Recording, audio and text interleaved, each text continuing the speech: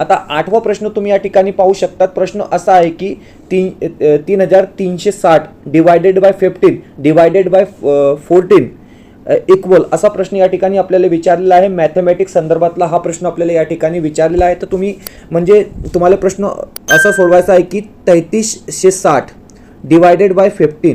आता 3360 divided by 15 आपण या ठिकाणी केला तर आपला जे उत्तर असणार आहे ते असणार आहे 224. आपला उत्तर या ठिकाणी काय असणार आहे 224. ओके.